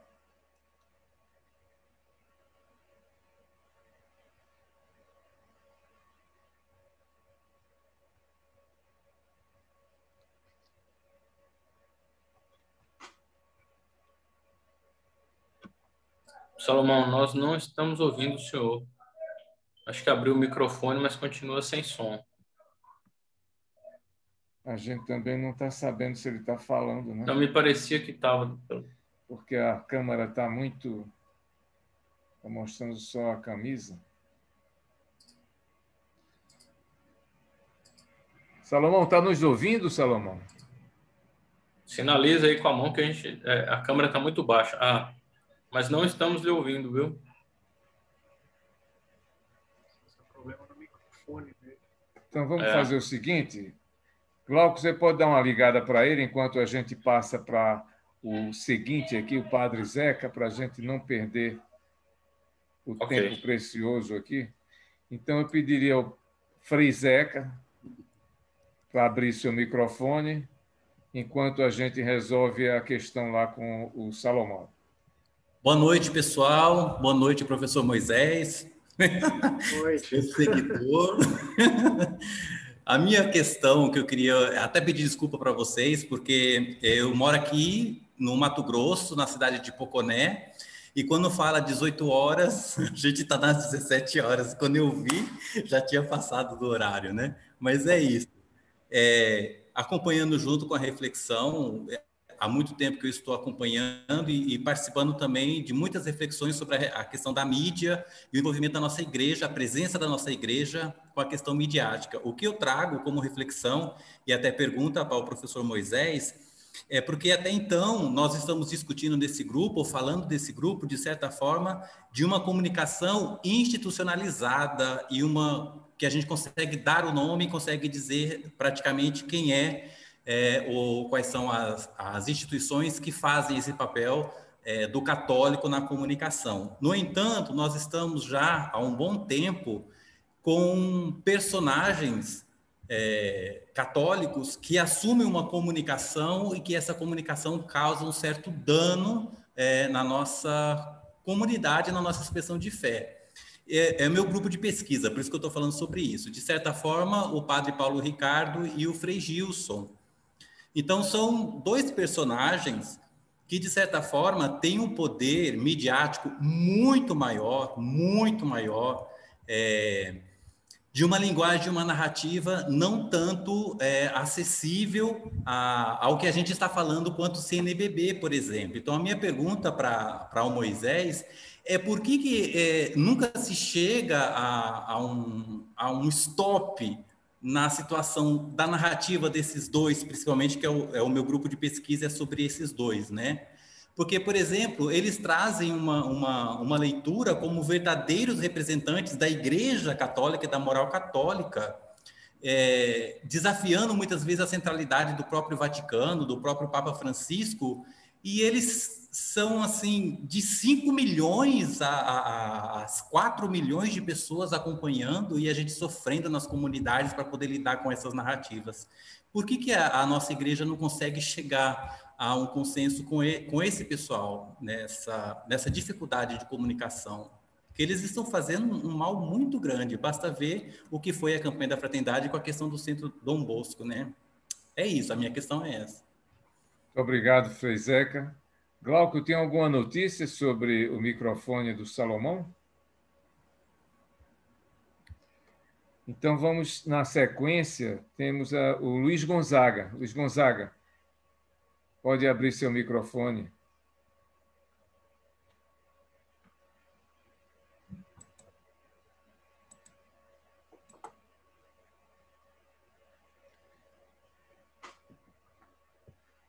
Luiz Gonzaga, você consegue abrir o microfone?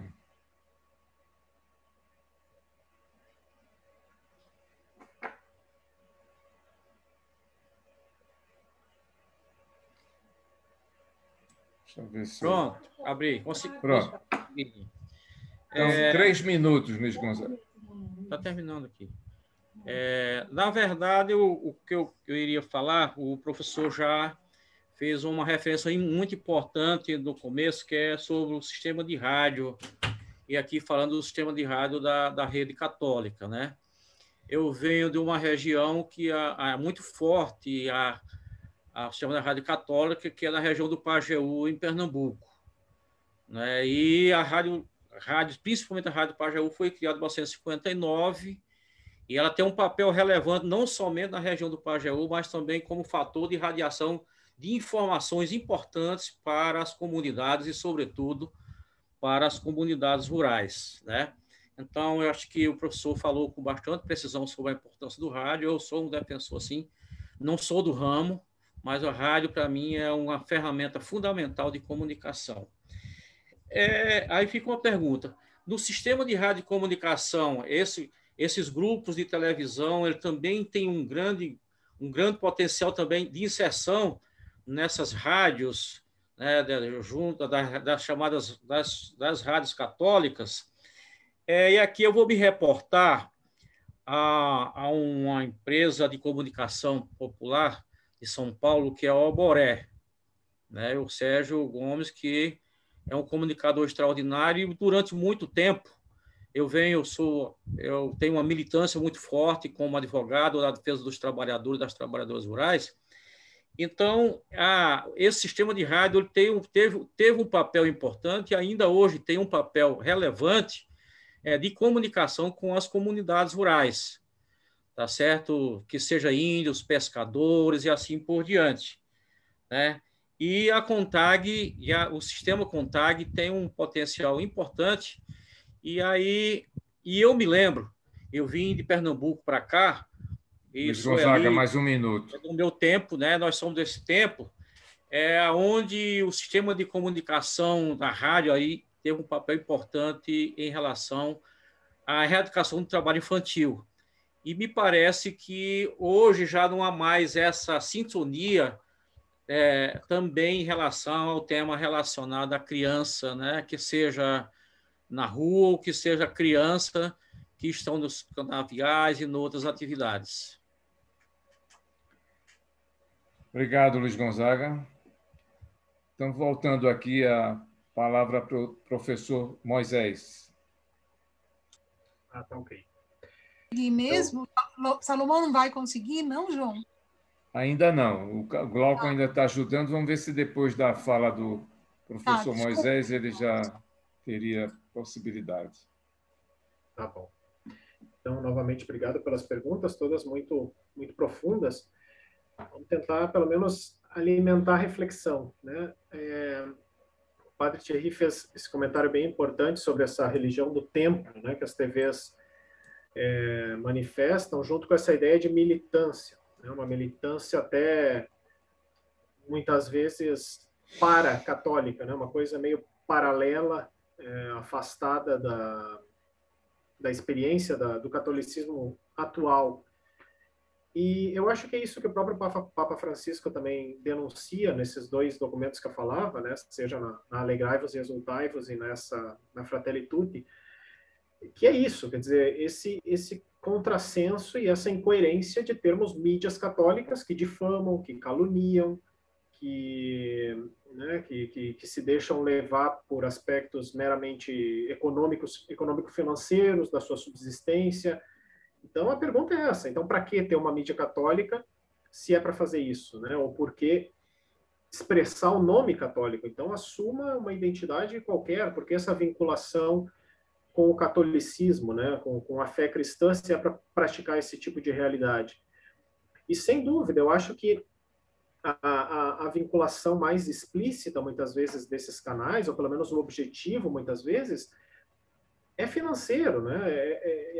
Se chega num círculo vicioso, porque para manter um canal de televisão é preciso muito dinheiro, né? Não é uma coisa barata, é uma coisa na casa dos milhões de reais mensalmente. Então, para se manter uma folha de pagamento de milhões de reais, é preciso ter entradas que cubram esses milhões de reais. Então, as fontes, muitas vezes, desse dinheiro é o que menos interessa. O que interessa é pagar, o que interessa é manter esse canal no ar, o que interessa é, muitas vezes, pagar, né, as estrelas que estão ali na programação. Então, você acaba caindo num círculo vicioso que já se perdeu a origem do canal, que é, talvez, a evangelização, uma preocupação mais vinculada com a missão da igreja aqui no Brasil. E isso, ao longo do tempo, acaba se perdendo e, no fundo, se torna um canal de mercado como qualquer outro, né? Mas continuam mantendo esse imaginário, esse simbolismo católico, alguns programas mais diretamente ligados com uma certa religiosidade, mas, no fundo, quem está por trás são grandes grupos empresariais, são grupos políticos que têm os seus interesses muito claros. Então, a fachada do catolicismo acaba escondendo, ocultando esses outros grupos que estão ali em busca de visibilidade, em busca de uma construção, de uma narrativa, de uma certa ideologia, a partir do alcance que esse canal tem dentro desse grupo específico. Então, é algo que preocupa, né? Essa vinculação do mercado, não só uma religião do templo, mas também essa religião, né? Era o evangelho do fim de semana passado, quer dizer, essa ideia de uma religião que acaba se vendendo para os mercadores, né? Que acaba aceitando qualquer coisa para sua autossubsistência, e isso acaba afetando também os próprios canais, né? E, ao mesmo tempo, canais que dependem de figuras políticas para manter as suas concessões, para manter as suas redes aí de interesse. Então, é uma realidade que preocupa bastante. Sem dúvida, é uma manipulação da fé, em muitos casos, né? Sem dúvida, é uma manipulação da fé. A gente percebe isso assistindo programas, mesmo que eu praticamente já não assista nenhum canal católico, porque me fere, me machuca, me entristece muitas vezes essa vinculação que já não consegue nem ser implícita, é explícita muitas vezes, né? Figuras ali que falam em nome de Jesus, falam sobre a fé, mas que se percebe que é um discurso da boca para fora, né? Não tem nenhuma vivência naquilo ali. É a leitura do teleprompter, é a leitura na frente da câmera, mas é uma coisa que passa pelo coração sem nenhum tipo de parada. Então, é realmente preocupante. Essa ideia da caixa de Pandora, eu acho que é fundamental. É uma coisa que, como professor, aqui eu sempre tento despertar nos alunos, quer dizer, vamos lá fazer pesquisas críticas sobre esses canais de comunicação.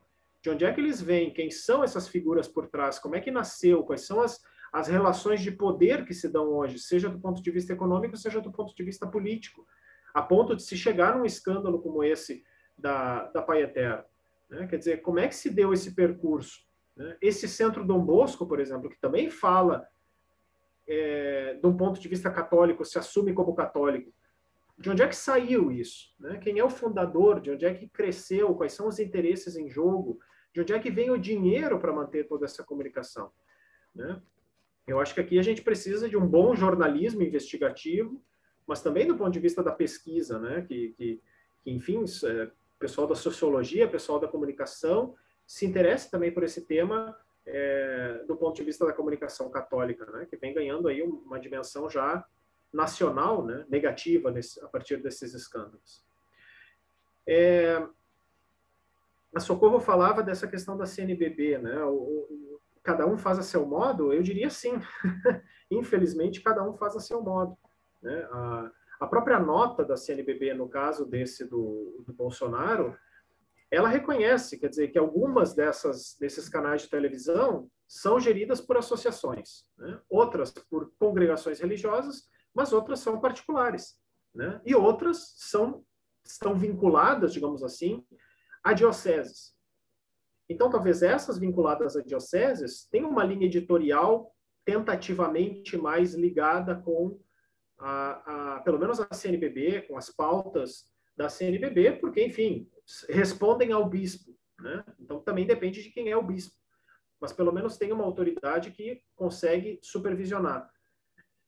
Outras estão ligadas às congregações, mas não respondem diretamente ao superior geral. É o caso, por exemplo, da Século XXI, que o fundador e diretor é um jesuíta, mas a Companhia de Jesus não tem nenhum tipo de autoridade sobre essa associação, porque é uma associação própria, e assim como a TV Pai Eterno, que tem como liderança um redentorista, mas a própria congregação não tem ingerência sobre os aspectos econômicos, financeiros, as relações que essa rede vai estabelecendo. Embora agora a congregação colocou um outro redentorista para levar em frente a televisão, né? Então, tem aí essa modalidade esse nome, né, de associação, justamente porque essas instituições buscam uma autonomia seja em relação à diocese, seja em relação à congregação de origem,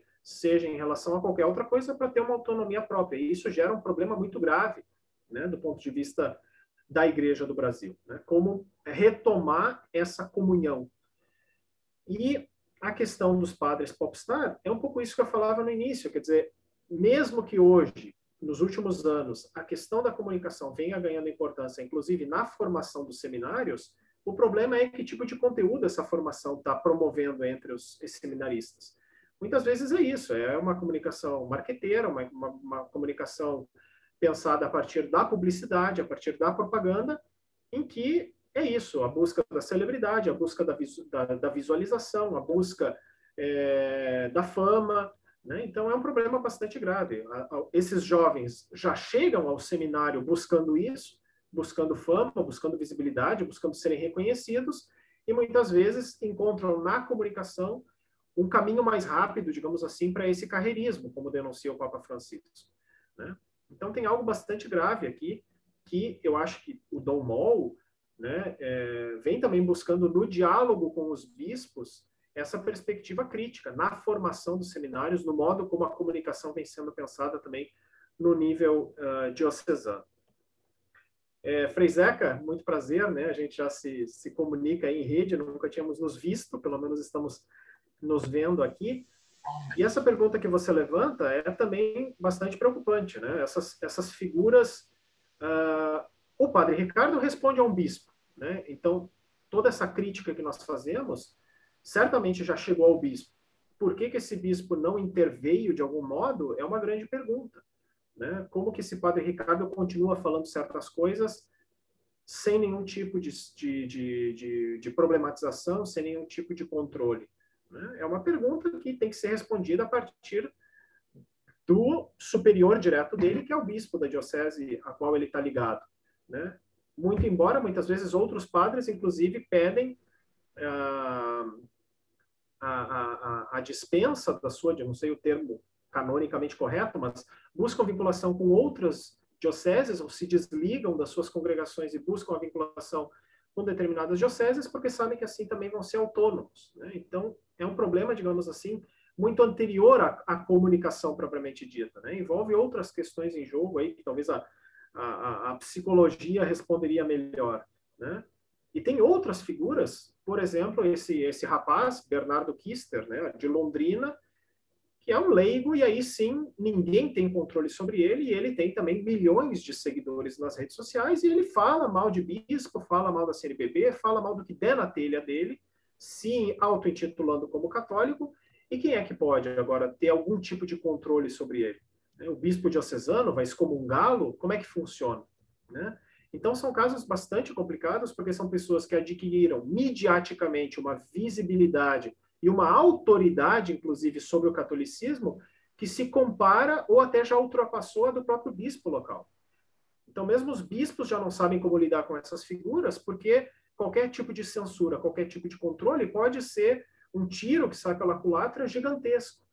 Então, enfim, são questões complexas aqui que eu acho que só no debate, na reflexão, a gente pode encontrar algum tipo de resposta, né? Porque são casos já que vêm ultrapassando até as fronteiras aí da própria institucionalidade da igreja. Então, essa sua pergunta é fundamental, né? Por que ninguém para? Quais são os critérios que estão sendo levados em jogo, né? Quais são os receios por parte desses bispos ao não agirem?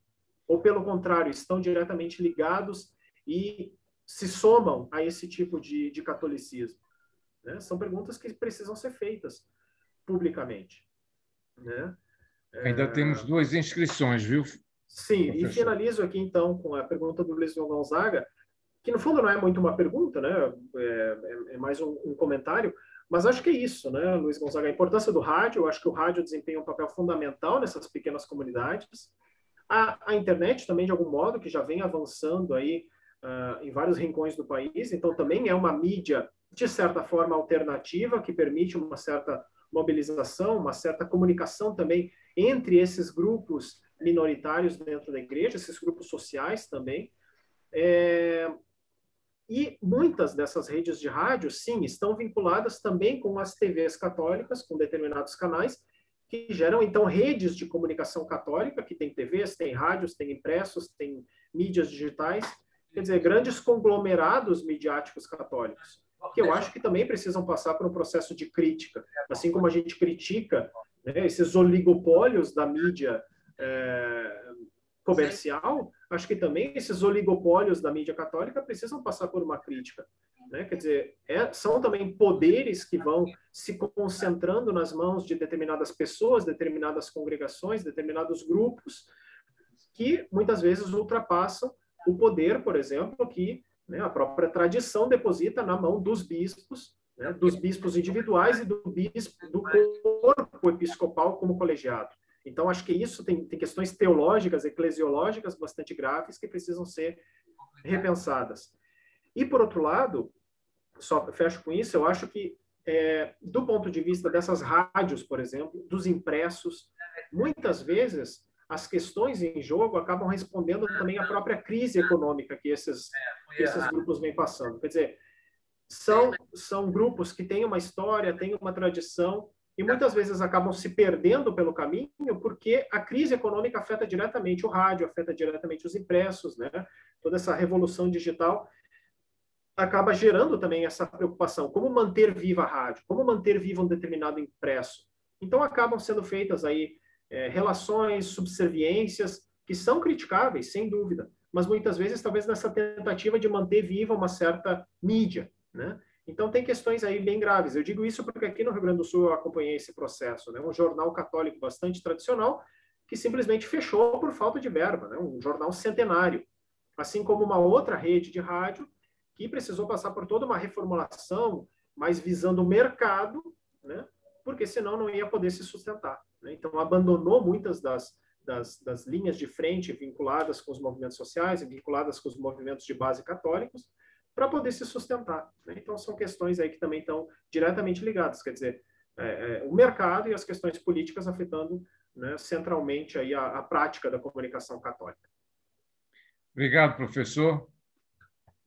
Agora temos 2 inscritos. O Salomão, parece que o microfone dele já está funcionando, e vazou aqui algumas coisas da voz dele, e depois o Vinícius. Então, Salomão, você pode abrir agora seu microfone? Está nos ouvindo? Glauco, o microfone do Salomão já está aberto? Eu estava ouvindo a voz dele, agora está, né? Salomão, pode fazer sua colocação, por favor.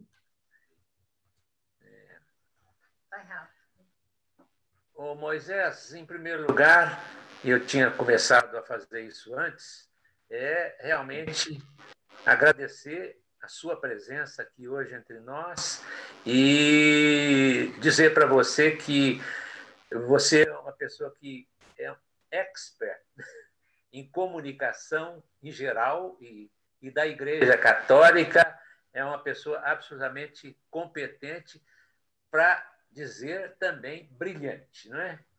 O que eu queria comentar aqui, ou colocar aqui, para que você pudesse raciocinar um pouco comigo sobre isso, quando eu vejo a comunicação na Igreja Católica, eu sinto muito a necessidade de pool, de articulação, de fazer em conjunto, não é? E vejo que essa é uma receita que a gente tem, acho que todo mundo concorda com isso, mas eu sei que há muitas dificuldades de ordem prática para colocar essa ideia, né, em ação. Você já falou sobre isso rapidamente na sua exposição, eu queria que você voltasse para dizer como é que você vê isso, quais as potencialidades que você vê isso, criar um pool de produção, de treinamento, de defesa dos interesses gerais. Por que essas coisas são, eu sinto um pouco isso, são mais difíceis na Igreja Católica? Você poderia, por favor, comentar isso aí? Que esforço tem sido feito para criar esse pool, essa ação conjunta, e quais as dificuldades nós temos enfrentado para isso? Obrigado.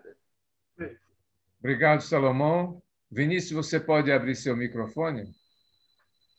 Eu, na verdade, não quero fazer uma pergunta. Eu queria, humildemente, trazer uma informação complementar que diz respeito à ação da PASCOM, da CNBB, aí sobre o comando do Dom Mol.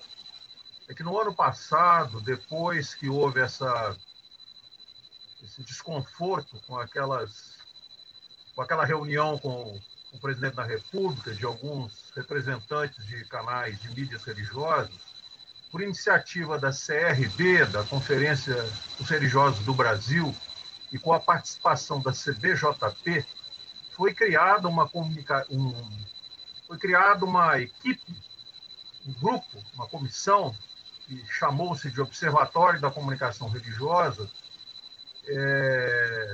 tem 9 membros, com a finalidade de trabalhar junto com a PASCOM, fazendo reuniões imediatamente antes das reuniões do Conselho Permanente da CNBB, portanto, 3 vezes ao ano com a comissão, mas fazendo reuniões independentes e produzindo documentos para a PASCOM, né?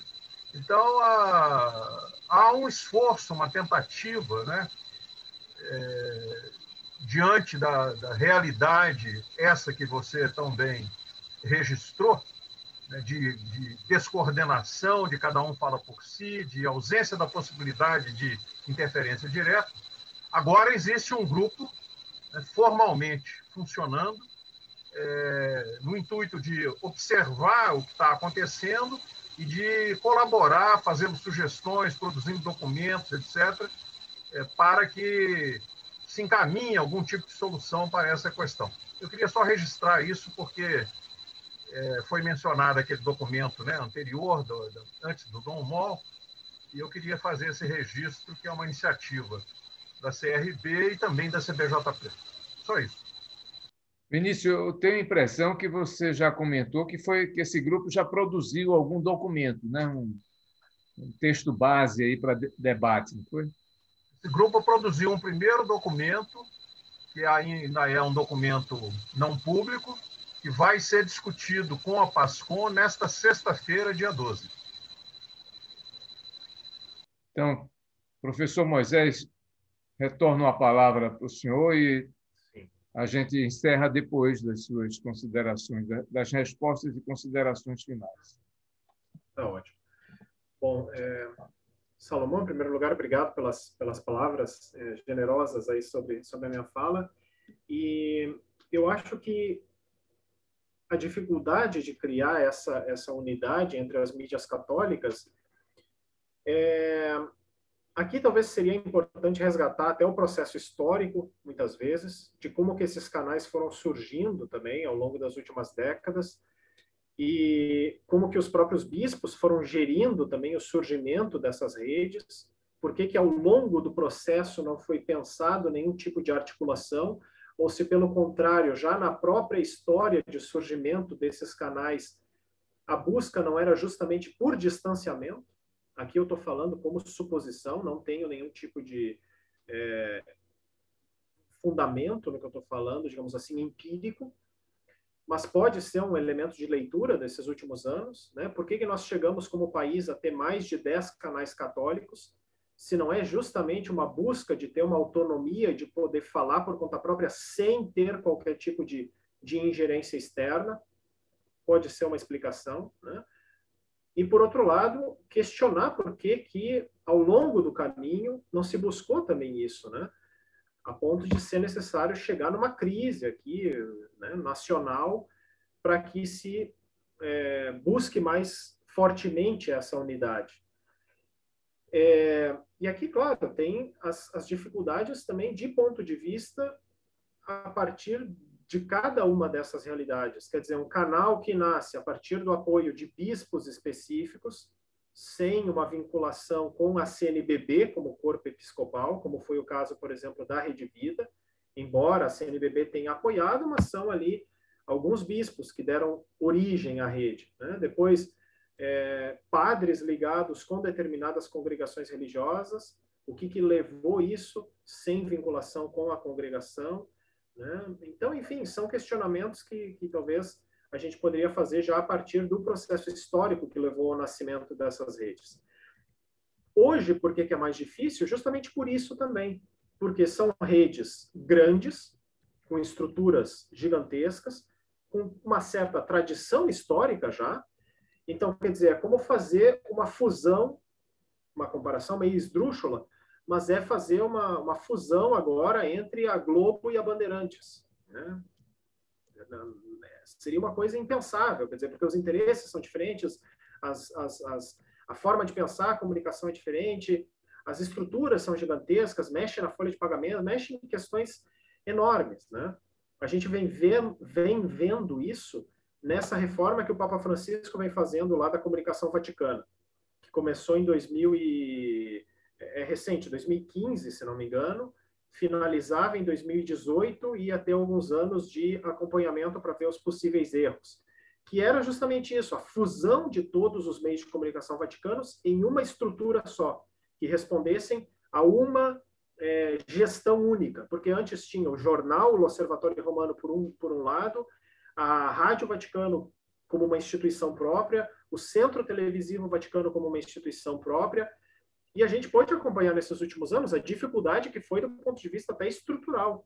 Quer dizer, os edifícios, como reunir todo esse povo no mesmo, né, as sedes, a questão do pagamento dos funcionários, as possíveis demissões, quem que vai assumir o controle, como que vai se dar essa nova gestão em que os gestores anteriores que tinham a sua autonomia e sua dependência agora vão ter que responder a um novo gestor que vai estar supervisionando todas essas mídias. Então, enfim, isso do ponto de vista de uma possível reforma, né? Mas mesmo na questão de pensar uma grade de programação, uma linha editorial mais ou menos homogênea, e aqui tem essas dificuldades que vêm dessa perspectiva histórica e também dos interesses em jogo hoje, né, dessas redes, a quem elas respondem, a que tipo de catolicismo cada uma dessas redes respondem.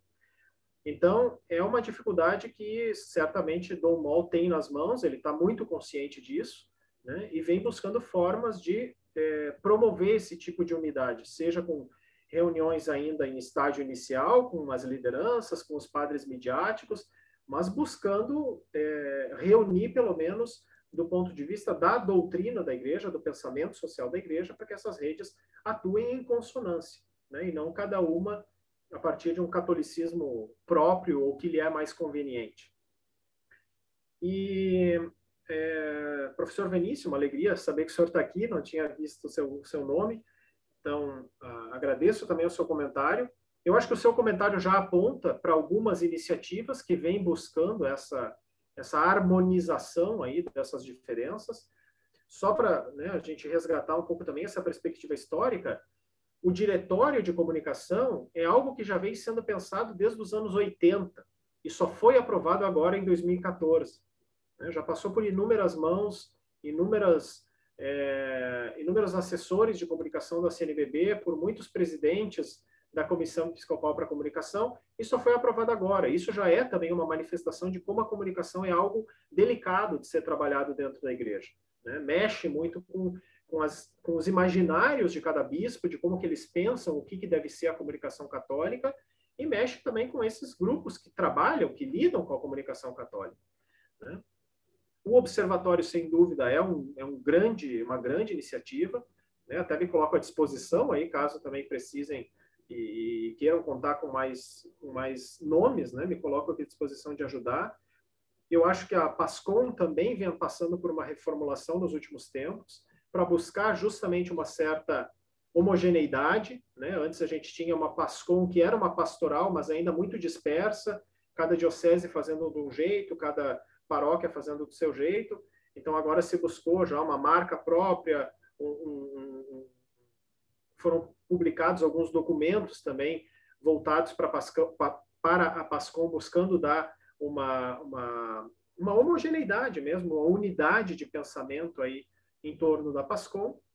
E uma outra iniciativa que também está ligada com o NOMOL, que é um grupo de reflexão sobre comunicação, ligado à Comissão Episcopal para a Comunicação, que também conta aí com alguns nomes, que é uma forma também de contribuir para a reflexão sobre comunicação, né? Eu acho que é um desafio grande essa busca da unidade, mas acho que nesses últimos anos, pegando o diretório para cá, então aí quase 10 anos, que vem sendo feito esse esforço de buscar uma unidade, né, e de retomar aquilo que deve mover a comunicação católica, né, que no fundo é a perspectiva da evangelização, mas pensando a evangelização, como diz lá o Papa Francisco no Evangelii Gaudium, que é tornar o reino de Deus presente no mundo.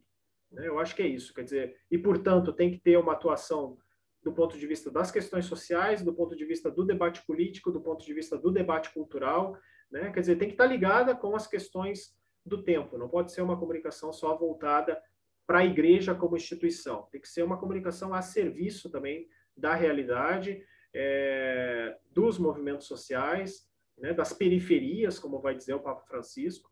Então, quer dizer, a mídia católica ela tem um papel social gigantesco, né? E do ponto de vista da fé cristã, ainda maior, né? Desde que esteja efetivamente a serviço do Evangelho e da preocupação central que o Papa Francisco vem trazendo, né? Do ponto de vista dessa igreja que sai, né? Dessa igreja samaritana. Se a mídia católica segue essa perspectiva, eu acredito que ela tem um papel fundamental na cultura contemporânea. Agora, se ela busca simplesmente fazer aquilo que os outros já fazem, né, ela não está sendo nem sal, nem fermento, né, não está contribuindo nesse sentido com a missão da igreja. Então, acho que é um pouco isso. Não sei se tem mais algum comentário, alguma pergunta, mas desde já agradeço aí pela atenção de todos, a participação também. Professor Moisés, da minha parte, eu agradeço imensamente, parabenizo pela sua excelente palestra e passo a palavra para a Sueli, que o convidou, e para a coordenação do Observatório, o Glauco e a Consuelo, fazer as considerações finais. Muito rápido, Moisés, muito obrigada não só porque você nos alenta que, de uma certa forma, a nossa intuição está correta, o que nós temos que juntos procurar são as saídas. Que saída que nós temos para fazer o diálogo que o Papa Francisco, que está à frente de todos nós, inclusive da própria CNBB, como é que a gente pode ser fiel a essa mensagem que ele nos chama para a fraternidade social? Se com essa mídia que está aí se dizendo católica, nós não seremos irmãos de verdade. Então, porque não teremos a inclusão necessária. Então, muito obrigada por você ter sido muito generoso de oferecer tanto do seu tempo aí para nós, e passo a palavra, então, a Consuelo. Queria também lembrar que a Jussara tem um comunicado para passar para o grupo também, depois das falas seguintes, tá bom? Obrigado e boa noite. Professor Moisés, eu gostaria de coração de agradecer sua disponibilidade, a possibilidade que tivemos de sermos brindados com essa palestra maravilhosa. E veja, nós somos, pelas nossas cabecinhas brancas, dá para ver que o nosso mundo real, de repente, foi atropelado pelo mundo digital.